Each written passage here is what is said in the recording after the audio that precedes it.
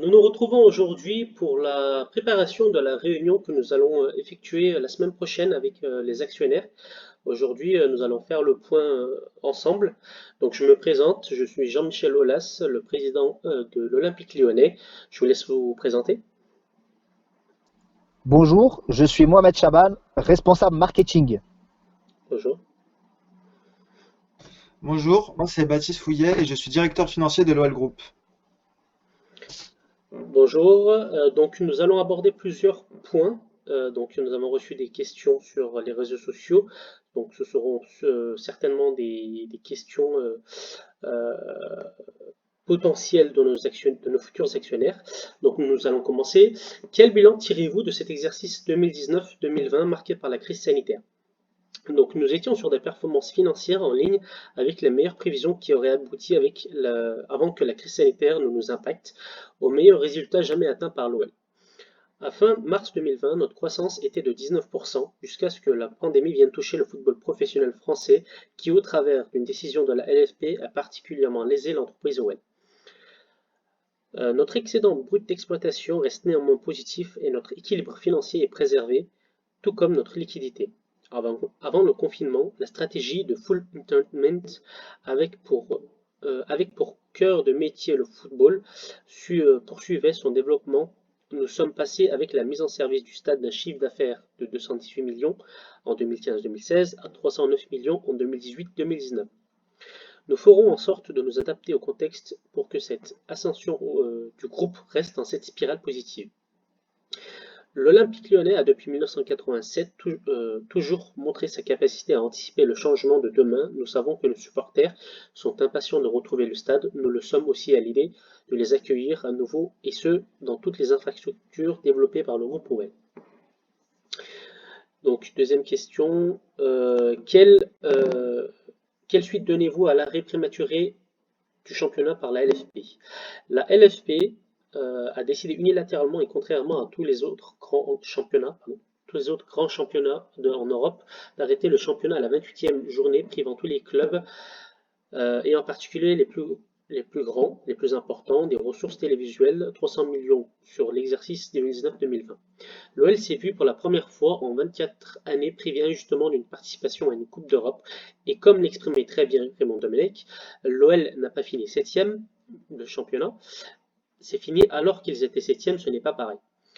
Nous avons déposé un recours devant le Conseil d'État. Il a confirmé que la décision d'arrêter prématurément et définitivement le championnat de la Ligue 1 avait été prise par le Conseil d'administration de la Ligue de football professionnel et non par l'État. Nous avons donc poursuivi notre recours indemnitaire uniquement contre la LFP. La perte de chance de l'OL suite à cette décision que nous estimons inéquitable est supérieure à 110 millions d'euros. Nous avons vu que toutes les autres rencontres européennes ont pu reprendre avec des adaptations et sans être interrompues à nouveau. Si nous devons apprendre à vivre avec le virus, nous devons également être en mesure de prendre collectivement des décisions qui permettent la continuité des différentes compétitions dans le respect de la santé de tous, de l'intérêt du football français et des clubs. La Ligue 1 aurait dû également être menée à son terme, comme l'a réussi l'UEFA Champions League, l'Europa League, mais aussi l'Allemagne, l'Italie, l'Angleterre et l'Espagne. Donc, durant le confinement, l'Olympique Lyonnais a répondu très rapidement présent.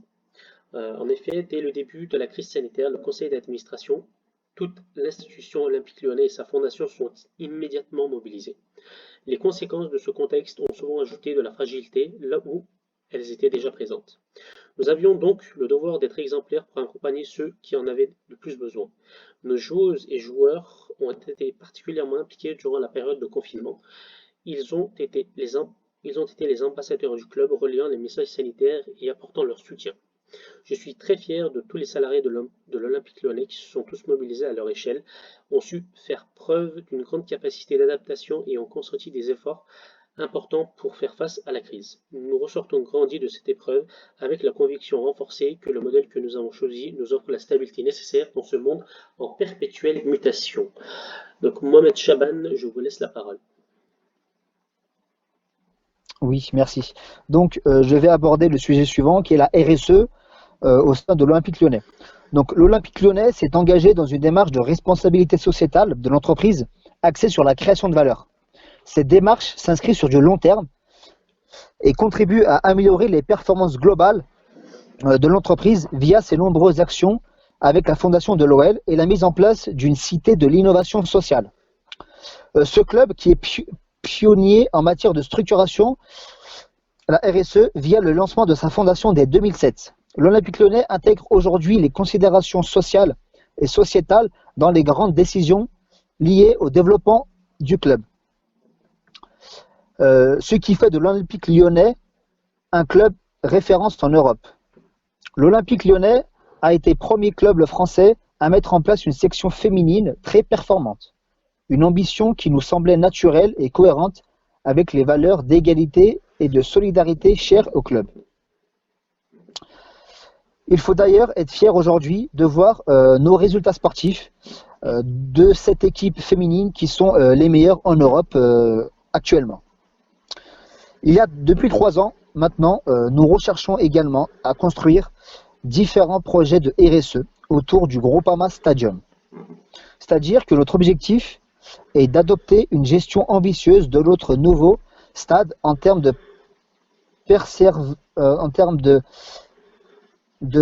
préservation de l'environnement et de prise en compte des enjeux sociaux et sociétaux. Nous souhaitons faire de notre club une cité de l'innovation sociale, générant un impact positif sur notre territoire. Il faut souligner que la transformation du Groupama Stadium en un lieu de vie au quotidien passe par les activités commerciales organisées en son sein en dehors des jours de match. C'est-à-dire qu'il y a des séminaires, des conférences, etc. Mais aussi par de multiples initiatives RSE conçues par des équipes au club et des associations partenaires. Par exemple, nous avons voulu que le stade contribue à dynamiser le marché de l'emploi local. De multiples job dating sont organisés au Groupama Stadium pour faciliter la rencontre entre les recruteurs, les candidats. Enfin, l'État nous a accompagnés dans ces démarches d'innovation sociale que nous portons est un vrai facteur de différenciation et on attend toujours que ce club de l'Olympique Lyonnais doit sensibiliser largement tous ses partenaires. Donc voilà, j'ai terminé pour moi. Donc bonjour à tous. Moi aujourd'hui je vais vous présenter les chiffres clés pour l'OL Group sur l'exercice 2019-2020. Donc dans un premier temps, il faut savoir que l'OL Group s'organise autour de 6 pôles d'activités qui sont complémentaires. On y retrouve la billetterie, le trading de joueurs, les droits TV, les events, les produits de la marque, ainsi que les différents partenariats. Il faut savoir que l'ensemble de ces activités nous ont permis de réaliser un chiffre d'affaires de 271 millions d'euros. Donc ce résultat reste plus que correct, mais il est regrettable. Regrettable pourquoi? Parce que la crise du Covid-19 est passée par là. Et que au cours des 9 premiers mois de notre exercice, donc notre exercice va du 1er juillet au 30 juin, la croissance des activités du groupe était de plus 19% par rapport à N-1, ce qui est exceptionnel. Malheureusement, la pandémie de Covid-19 a stoppé toutes les activités du groupe. En effet, l'arrêt définitif du championnat a mis à mal notre billetterie et les droits TV. De plus, tous les séminaires ainsi que les concerts qui étaient organisés pour l'été ont été annulés. Mais on a aussi des partenariats et des produits de la marque qui ont subi de plein fer cette crise du Covid-19. Malgré cela, notre BE est resté positif. Il représente 46 millions d'euros, ce qui représente pas moins de 20% du CA. De plus, il faut savoir que nos actifs corporels restent eux aussi très importants, dû à notre construction du stade qui a eu lieu quelques années auparavant. En effet, il représente 370 millions d'euros. Et donc tout cela nous permet d'avoir un total bilan équivalent à 703 millions d'euros, ce qui est quand même pas négligeable. De plus, j'aimerais mettre en avant notre effectif moyen. En effet, ce dernier est toujours égal à 517 collaborateurs. Il n'a pas diminué malgré la crise du Covid-19. Ce qui veut dire qu'on n'a pas lancé de plan de licenciement ou quoi que ce soit d'autre de semblable. Ce qui est une très bonne chose pour notre club quand on compare aux autres clubs, que ce soit en France ou à l'étranger, qui ont dû licencier parfois de nombreux individus. Donc pour conclure, on peut dire que l'OL Group termine l'année de manière correcte grâce à un excellent début d'exercice. Mais il va falloir rester très prudent pour l'année prochaine, car comme on l'a vu cette année, la pandémie de Covid-19 avait un fort impact, malheureusement négatif, sur tous les clubs de foot, que ce soit en France ou à l'étranger. Donc je vous remercie de votre écoute et je reste à votre disposition pour de plus amples informations.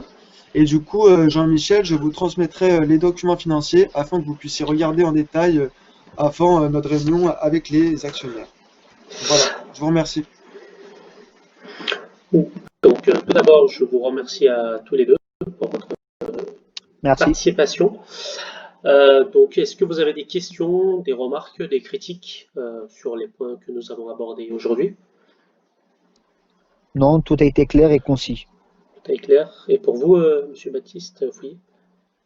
Oui, c'est parfait. Je pense qu'on va pouvoir, à travers nos différents, que ça soit la qualité, le finance et les différentes questions, répondre aux différentes questions des actionnaires sans aucun problème.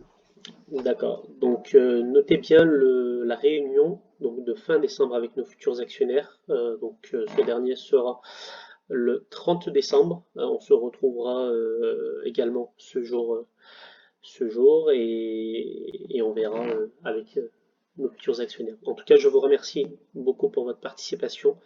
Merci. Je vous souhaite une bonne journée. Parfait. Bonne fin de journée Merci également. beaucoup. Au Au revoir. Merci. Au revoir.